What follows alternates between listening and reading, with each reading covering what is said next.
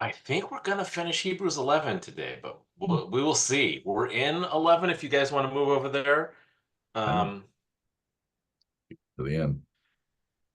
and and actually it's a lot of verses now that I'm looking at it, so maybe we won't. We'll see. But we're gonna start in verse 32, and let's see. Tim, would you mind reading verses 32 through 34? I'm curious what your translation says. Well, Tim, you're muted. There you go. That's the best, Tim. And what more shall I say? I do not have time to tell about Gideon, Barak, Samson, and Jephthah, about David, Samuel, and the prophets, who through faith conquered kingdoms, administered justice, and gained what was promised, who shut the mouths of lions, quenched the fury of flames, and escaped the edge of the sword, whose weakness was turned to strength, and who became powerful in battle and routed foreign armies. All right.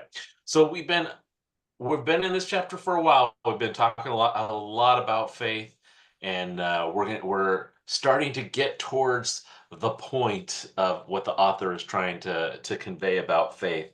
And it's interesting. They start off here in verse 34, saying, "What can I say? There's not enough time to talk about all of these different people of faith, because there's just so many in the Bible that we could look at." About their faith and how they put their trust in God. And even some of those individuals, there's multiple moments, right, of when it's clear that they put their trust in God. And there were some interesting things that happened. So there's not enough time to go over all of that stuff. So I'm just going to stick with what the author is saying here and say there's really not enough time. And so we're not going to jump in and look at every single one of these people because it really is a lot. As I was looking at it and looking through it, I was like, there's just so many. It could take us months just to get through all of the different things that they might be thinking about.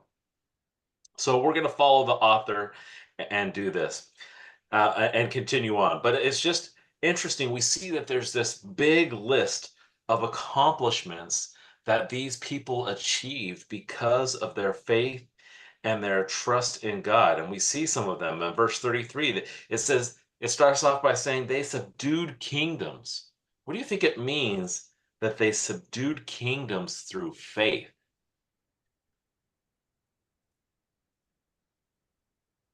Well, there's those times that they came up against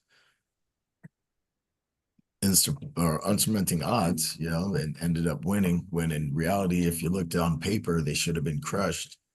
Pretty much had shouldn't have never gone to battle in the first place. Yeah. But they came out on top. Yeah. Well, I mean, David, you got David who, by all rights, Saul should have killed him numerous times. And, the Lord just had his hand of protection upon him, and through faith, I was thinking of the story about going around the mountain. I was like that. I was thinking like, okay, he went this way and they went that way, and then he went this way and they went that way. Just like in the cartoons. I think of the cartoons. But I think that's so true. And then, at the last minute, Saul gets a call that, hey, the Philistines are attacking your kingdom. You better get down and get to work. Yeah. There's actually lots of examples of them subduing kingdoms. It's just an interesting phrase. I think of like you mentioned David. I think of him and actually extinguishing, getting rid of a lot of the Philistines and the Amalekites and all of these things. And then you can think of different judges, where they had the same type of thing. It's just really interesting. You can think of the children of Israel just even coming into the land and kicking out all of these kingdoms and taking the land for themselves. But the question is here, what did faith have to do with all of this? We're talking about military exercises, military actions. What did faith have to do with it? Most of these guys, at least Gideon, Barak, Samson, and Jephthah, they were facing overwhelming odds of them being defeated. You know, I mean, Gideon smashing clay jars and then defeating the army there just with a handful of people, and same with Barak, asking Deborah to lead them to who is one of the judges, so and Samson, he did a lot of things on his own. Yeah. So he Yeah. was in overwhelming odds too. Right. So it was knowing that the Lord was with them, and by faith they stepped out Right. and did Yeah. what they needed to do. Yeah. I mean, Gideon even tested the Lord and said, "Are you sure this is what you want me to do? That's right. I got a couple of tests you got to pass first." Yeah, yeah. No, and it's so good. And Gideon is a great example. If you look through the verses and the passages, you'll see the weird word fear pop up several times. And he's like, I'm afraid. And God's like, do this thing.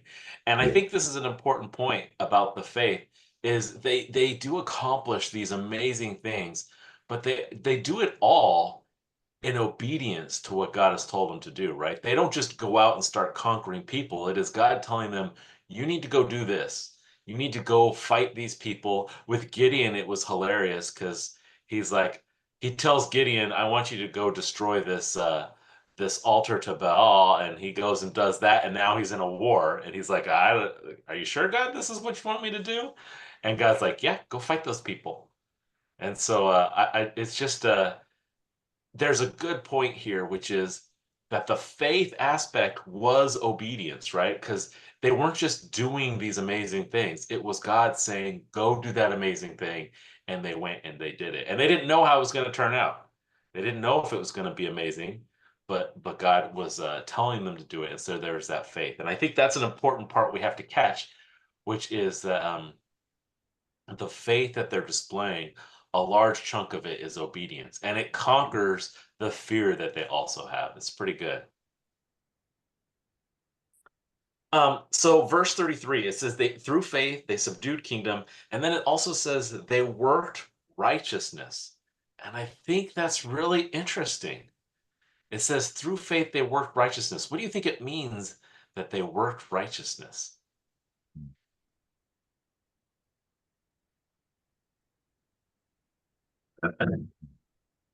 They did the right thing.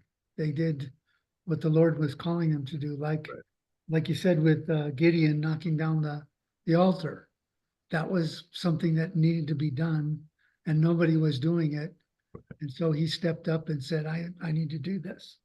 And doing the right things is sometimes harder than just going with the flow. We see that in our lives today, in just everything that's going on around the world. It'd be real easy for us to say, it's okay. It's just, it's just this or it's just that. We need to step up and say, no, that's wrong. We need to work righteousness. We need to take care of the things that we need to take care of. So that's great, Sean. Let me flip it around a little bit. Can you work righteousness without faith? Can you do these good things without faith? Yep, we have a whole world out there that says, but I'm a good person. I do good things. Yeah. I have faith in God. But I'm wondering, is it really righteousness? Is it really good things? I'll just bring it up. There are a lot of what do you call it? Charities that exist in the world. A lot of them do a lot of different things, and they find these particular things that they're doing important. It might be feeding the poor, it might be providing food, but it could also be doing things like rescuing animals. And I mean, there's just a lot of charities that do a lot of things. And I think this is interesting because I'm wondering, I'm not sure, I'm on the fence. Can you work righteousness without faith? I mean, it depends on what we mean by righteousness. If you're talking about people doing what they think is right without faith, then absolutely. But if we're talking about doing what God says is right, can you do that without faith? I'm not 100% sure. I think that's entirely possible because Yeah. God can work through the righteous and the unrighteous, and he does all the time. The Spirit is moving through believers and non-believers to, Okay. justify his ends. So God's doing righteousness, but are the people doing righteousness then? They might be doing good things. Yeah. So, Okay. the list feeding the hungry or taking care of animals, that's good stuff. They might be doing it because God wanted them to do, but I'm sure God smiles when he sees it happening. Okay. So I I think if think you look at motivation. the parable about where he talks about, Jesus says, you fed the hungry, you went and visited the sick, and step in and good and faithful servant, you're great. And then those that are being condemned said, well, we did the same thing. We fed the hungry, we did this, and we did all this stuff in your name. But he goes, but I don't even know you. Yeah. I think Yeah. it's really about faith is your relationship with Jesus Christ, your relationship with God. And what Yeah. you're doing is not on your own, it's on obedience. Because there's a lot of things that I do, but if I was not a Christian, I wouldn't be doing them. If I wasn't being called by God to do these things, I would be like, I would be still in the Bay Area. I'd still be working for all these big Yeah. companies. So it's about faith and stepping out that the difference is, and you can do good things. I mean, you can be a good person, quote unquote, a good person, but you really don't know Jesus Christ. And I Yeah. think that's where the faith comes in, is believing that God's in charge and we're not. I think the I think- motivation of the heart is important too. Yeah. How our hearts, what I mean, where we're at when we're doing all these things, right? Yeah. No, that's what I'm wondering about, right? Because I know of people who they spend a lot of volunteer time, going to a food bank and helping the people do whatever they need at the food bank. And in their mind, they are doing good things. And I'm not saying they're not doing good things, but they also don't know Jesus. So I'm wondering, is that righteousness? I don't think it is, but maybe I'm just misunderstanding. So I'm just curious. That's why I was asking, bringing it up. I'm curious what you guys think about this. Well, what's the question that what you asked is they worked righteousness. It Yeah. wasn't that they were righteous, they worked righteousness. So I guess the definition is, what's the word righteous mean? Yeah, yeah. No, you're right. And that's why I was saying it's right before God, right? They did things that were right before God. And I wonder if you can do things that are right before God if you do not put your faith in him. That's funny. I got a whole bunch of people nodding their head and shaking their head at the same time. So I'm just trying to process the thought. I think of people like philanthropists, people who have a lot of money and they give to all the different organizations and everything else. And, some of them might know the Lord and some might not. But I Yeah. mean, they're all doing a good thing, but what's their motive? And unless they have a heart searching after God, I don't, and it's not up to us to say you're doing this wrong or you're not, don't give to this charity or don't give to this Yeah. organization. So, that's what I think of is how in our minds, we can never rationalize that. Okay, oh, go ahead. I start thinking of, I think it's in James, it says faith without works. And I'll show you my faith by my works. And so I think that, the motivation and where your heart is, sometimes things coincidentally might coincide, right? Yeah. But I think at the end of the day, where's your heart? Why are you doing this? Right.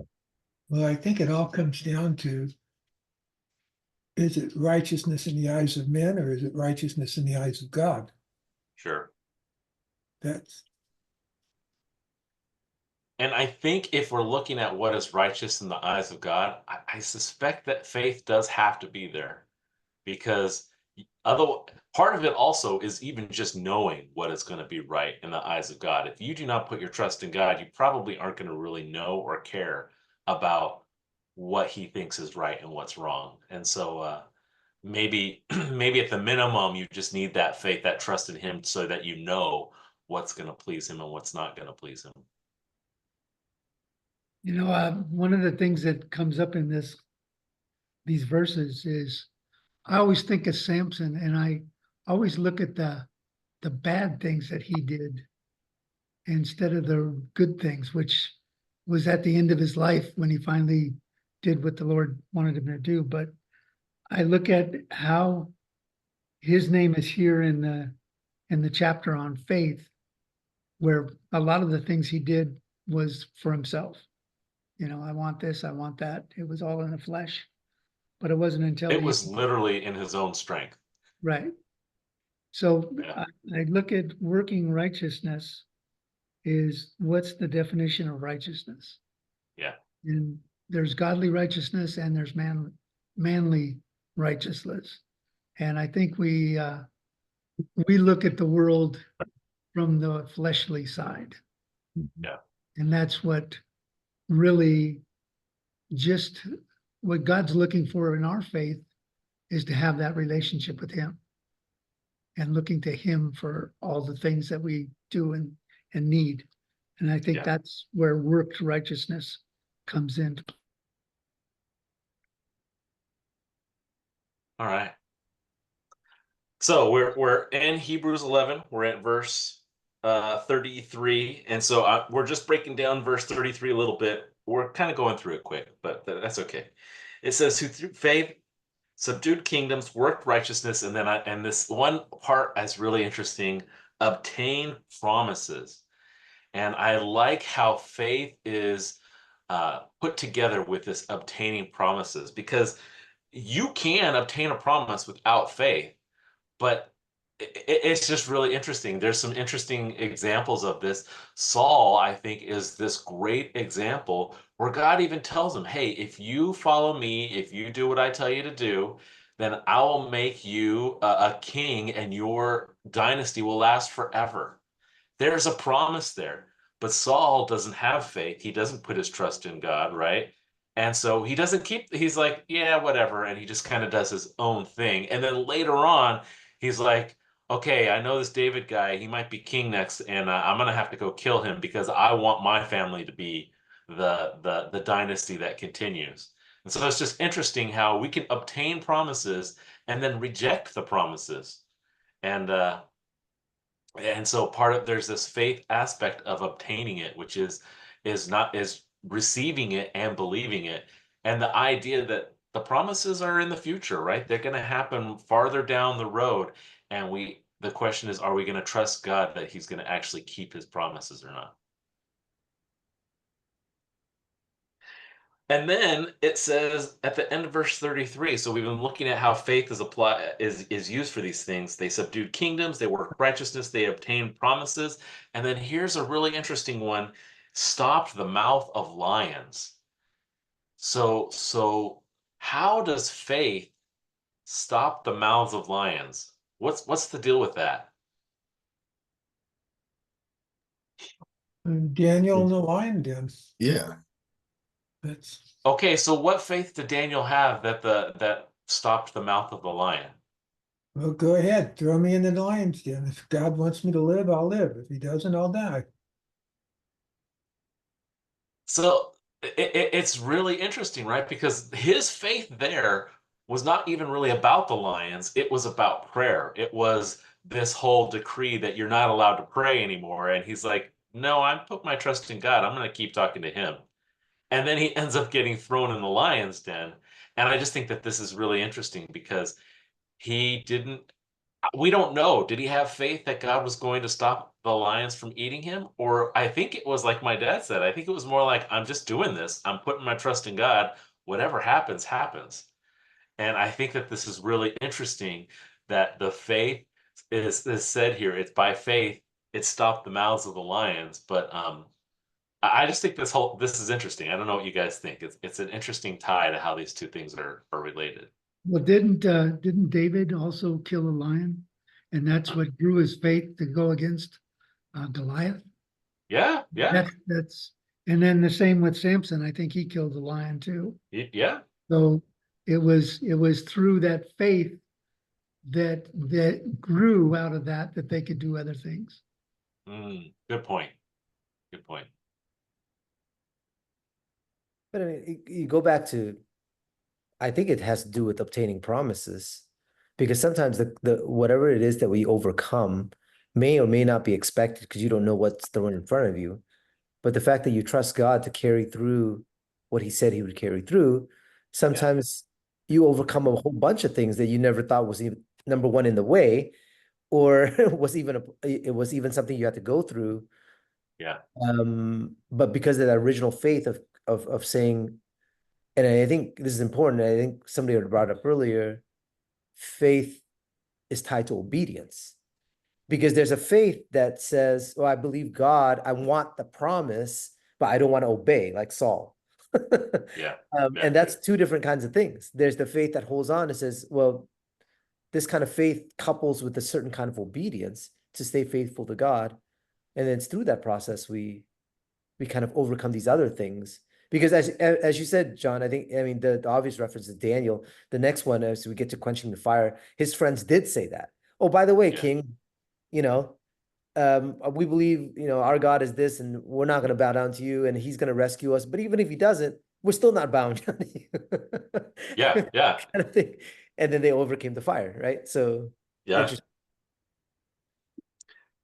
It is an excellent point, and I think this is something that we can really learn from is that we can be in these situations where maybe God does save us and He rescues us from, but that's not the point. The point is, are we going to put our trust in Him and we're going to follow Him, regardless of the consequences, right? And I think that's this cool aspect, which also means that faith is accessible not only to all of us, but it means we can demonstrate our faith. And even if we don't end up like one of these people, that doesn't mean we were lacking in our faith, right? Because we can have these lives where, man, we're getting beat down all the time, all around us, and that doesn't mean we're lacking in faith. I would say Before we that move on to, oh, I go would ahead. say that that's proof that your faith is stronger than you think.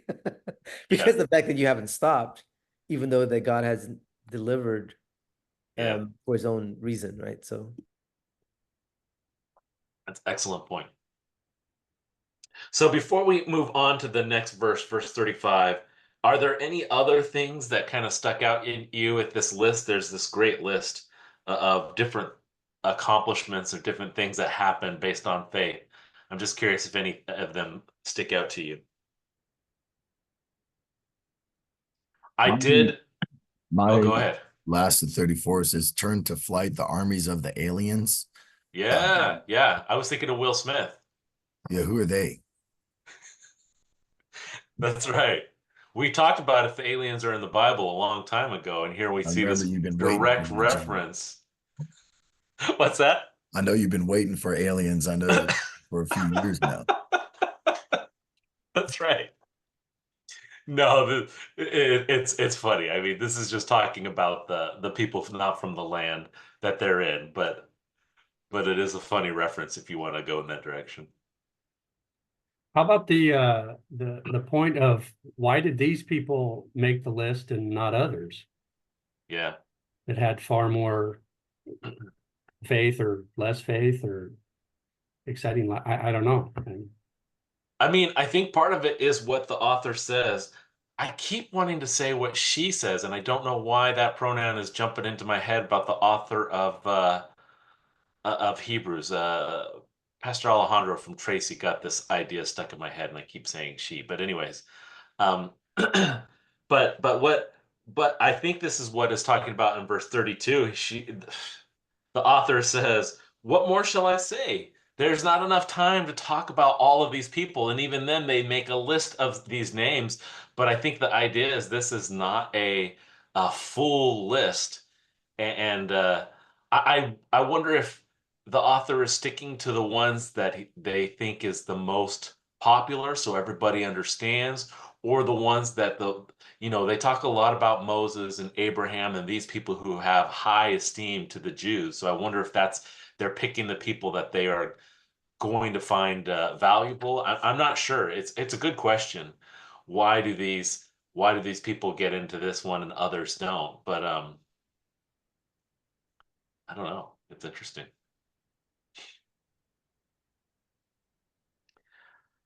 Well, All right. Oh, go ahead. no, I was gonna say in verse 36, you get the other side of the list. Also, That's right.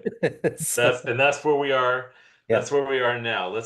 And honestly, I don't understand the way they broke up verse 35, because half of 35 belongs up above and half of it belongs below. So I stopped at 35, but the first part of 35 is part of this list, and then the second part is a whole nother list. So let's read 35 through 38. Dad, would you mind reading 35 through 38?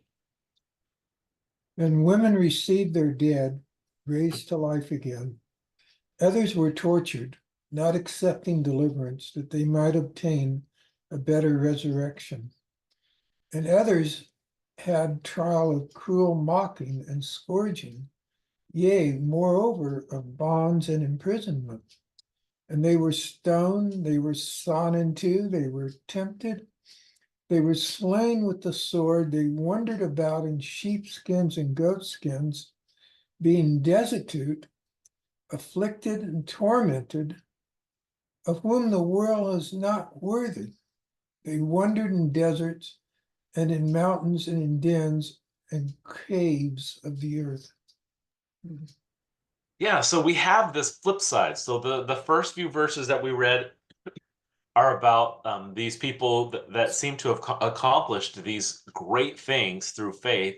And then we have another list of people where it seems that they were not victorious, but on the other side, they lost, or I don't know how you want to describe it. They died, or they were persecuted, but they also did that through faith. What do you think is the difference between the people who are in the first group and are in the second group? Do you think there's a way we can get into the first group and not the second group, or what do you think?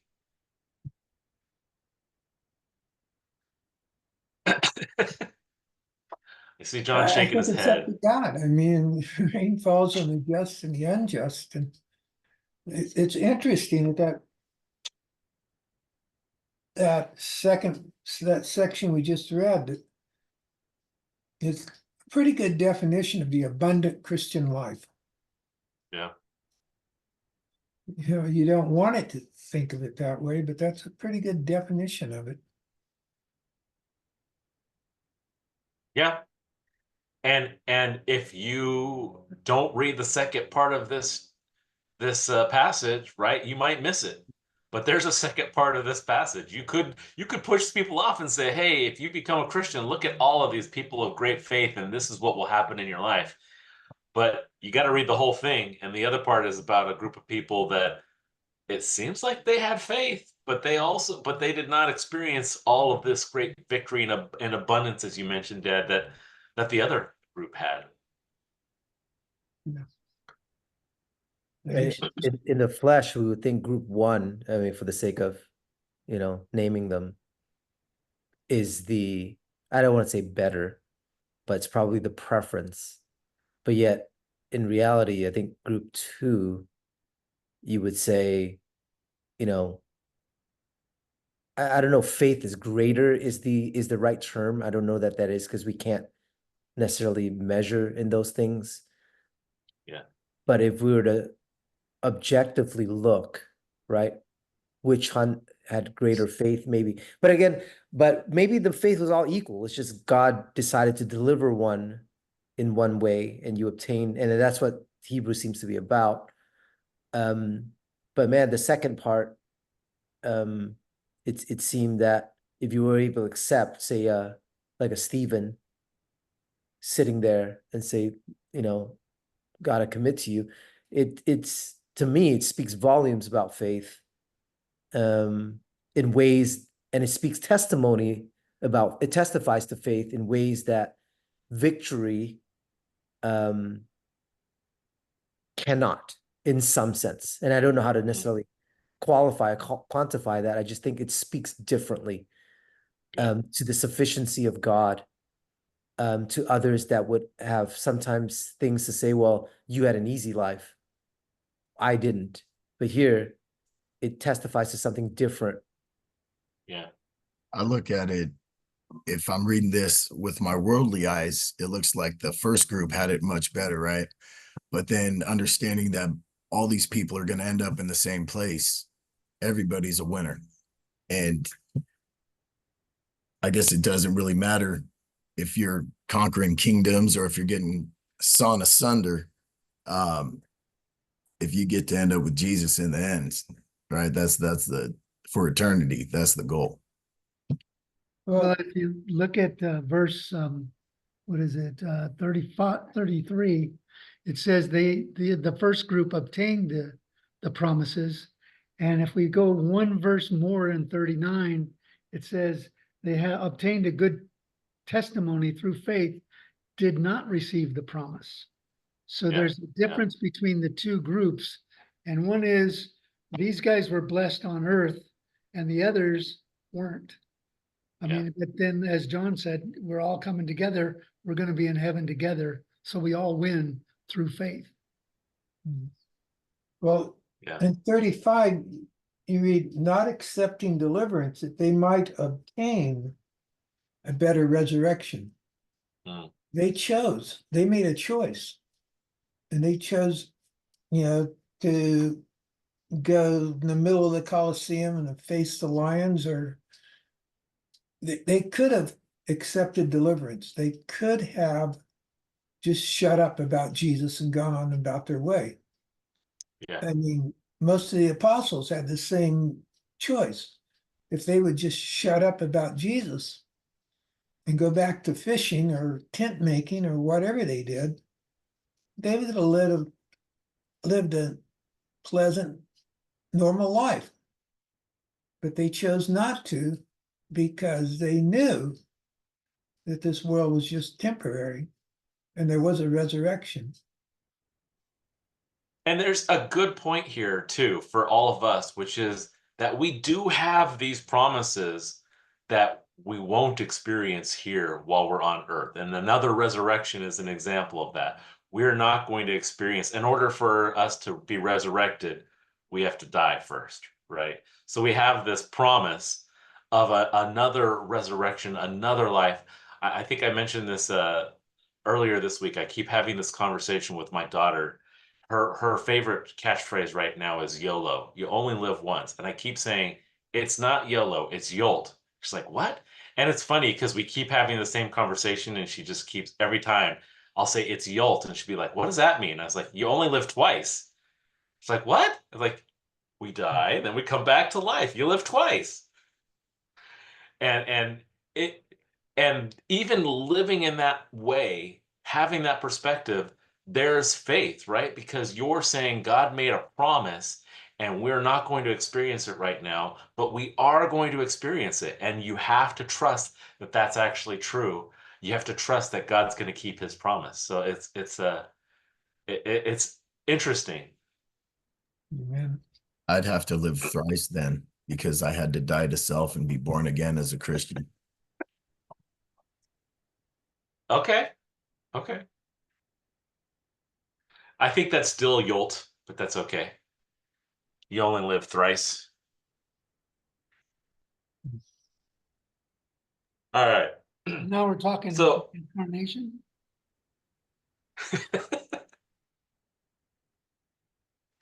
All right, so we have this promise of the resurrection that they live towards, and this is great. I think I mentioned it before I read this book that talked about how real men live towards the better prize. They don't accept the quick, easy little prize of outcomes or whatever, but they live towards something that's greater.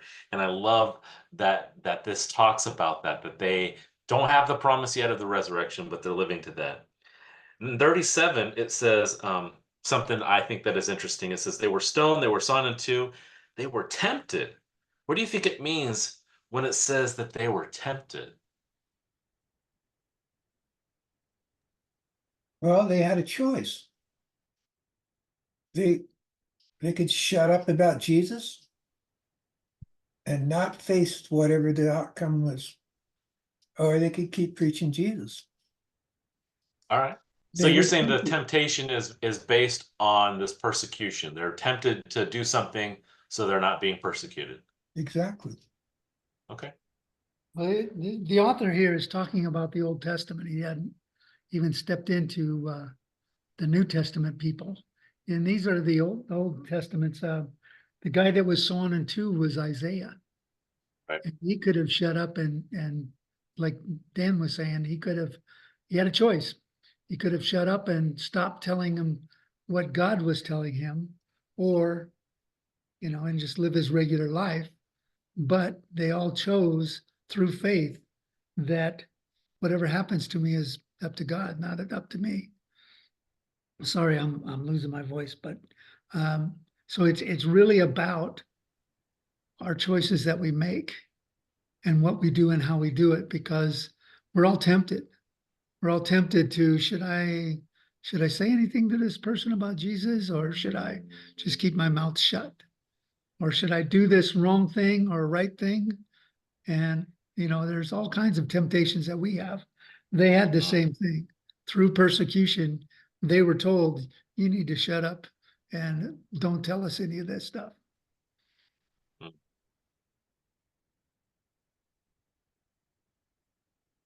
All right. We also see this interesting thing where they were slain. We're still in verse 11. It's the end of it. I'm sorry, not 11. Where are we at? 37. It says they wandered about in sheepskins and goat skins, being destitute, afflicted, and tormented. And so there's just this idea here that some of them, they were never accepted by society, right? They're just out, have to be by themselves because the world is like, we don't want you, stay away from us. And it's just, and not only are they not accepted by a society because of that, their life is hard the whole time, right? It's not like, if you could imagine having to live somewhere way out in the wilderness, you can't go to the store to buy stuff. You can't go in and see people and ask for help and have all of these conveniences. You're out by yourself.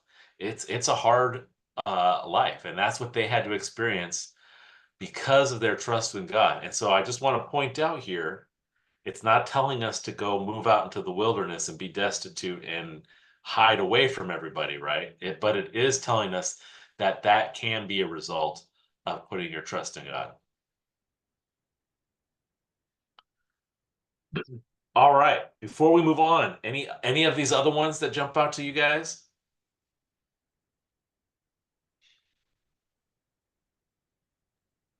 All right, we're going to move on then. Verse 39. So 39 and 40, and I think because of time, this might be where we end, and we'll kind of wrap it up there. But Doug, would you mind reading 39 and verse 39 and 40? And all these things, and all these, having gained approval through their faith, did not receive what was promised, because God had provided something better for us, so that apart from us, they would not be made perfect. All right. So let's just look at this first. It says, having obtained a good testimony through faith. What do you think it means to have a good testimony through faith?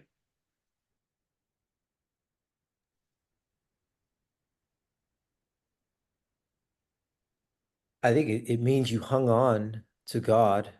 Yeah. Despite the challenges. Yeah. In context, I think. I think of that verse in Acts chapter 5, I think, where, and it repeats in some couple places in the New Testament where Paul or the apostles would say something like to the effect of, they were joyful, they were counted worthy to suffer for his name's sake. I just think that's very, very interesting, because I think it goes very well with what you're seeing in Hebrews. There's a mentality. I bring this up because last week I got a chance to see a couple believers from Lebanon. They were part of a language team that was part of the ministry that I'm with, and they're responsible to share the gospel in the Middle East with like 5 different languages. It was a language team. It was the language director and a couple people that worked for him.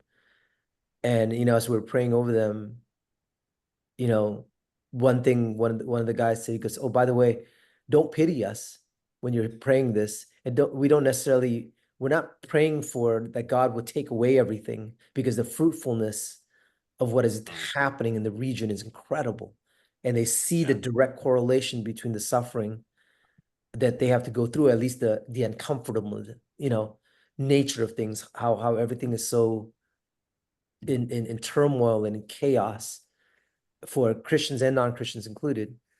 But they're sitting there telling them, but God is enough. And don't pity us.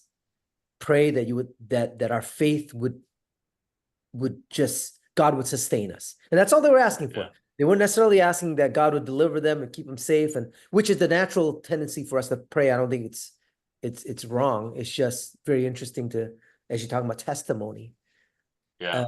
There's just this solid understanding that God has us, and it's through those trials that we understand those things. And then when you see the outcome of those trials that God has purposes for, you kind of just say, "Lord, do whatever you need to do, but just keep me in that hour of trial." I'm not necessarily trying to escape it. Yeah. It's actually quite incredible if you think about it, in the sense of God saying, "Hey, have you looked at this person? See how they trust in me?" And I think he does do that, and that's an incredible thing to realize and understand, that he might be pointing to us saying, "Hey, have you considered that guy over there? He puts his trust in me and brings glory to me because of it." It's an incredible part of our lives that we don't even realize, but we can be a part of. It's incredible. All right, so before we go on, it talks about and all these things, having obtained a good testimony through faith, did not receive the promise. Before we talk about the promise, I just want to step back 1 second and just talk about the context of where we're at. We're in the book of Hebrews. The author of Hebrews is writing this book because the Jews and the Hebrews, they're starting to fall away from Jesus because they're finding it's easier, there's less persecution if they just go back to the law. If they'll just go and follow the Mosaic law and then forget about this whole Jesus thing, life will be easier. And the author is telling them, don't do that. Jesus is better than all of these aspects of the law. And I think this is an important point that we want to bring up here, because when I read this, and it says, "And all these things, having attained a good testimony through faith, did not receive the promise, God having provided something better for us, that they should not be made perfect apart from us." There's a way to look at this where I think you might just easily go, okay, that promise is that we get to be resurrected, that we get to be with God, we get to do all of these things. But I don't think that's what the author's talking about. I think the author is talking about the promise of the Messiah. They had a promise of a Messiah back then. They put their trust in God that he was going to send someone that was going to save them, but they didn't get to experience it. And the author is pointing out they have faith, they put their trust in God, but they didn't get to experience Jesus. And he's the promise.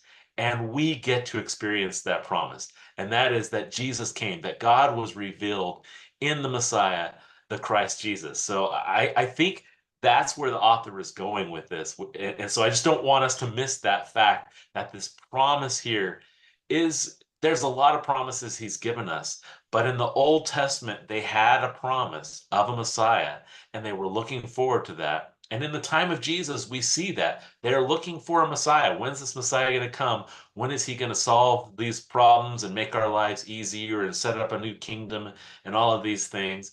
And the author's pointing out, and that Messiah, they did come. He did come. So this is all cool.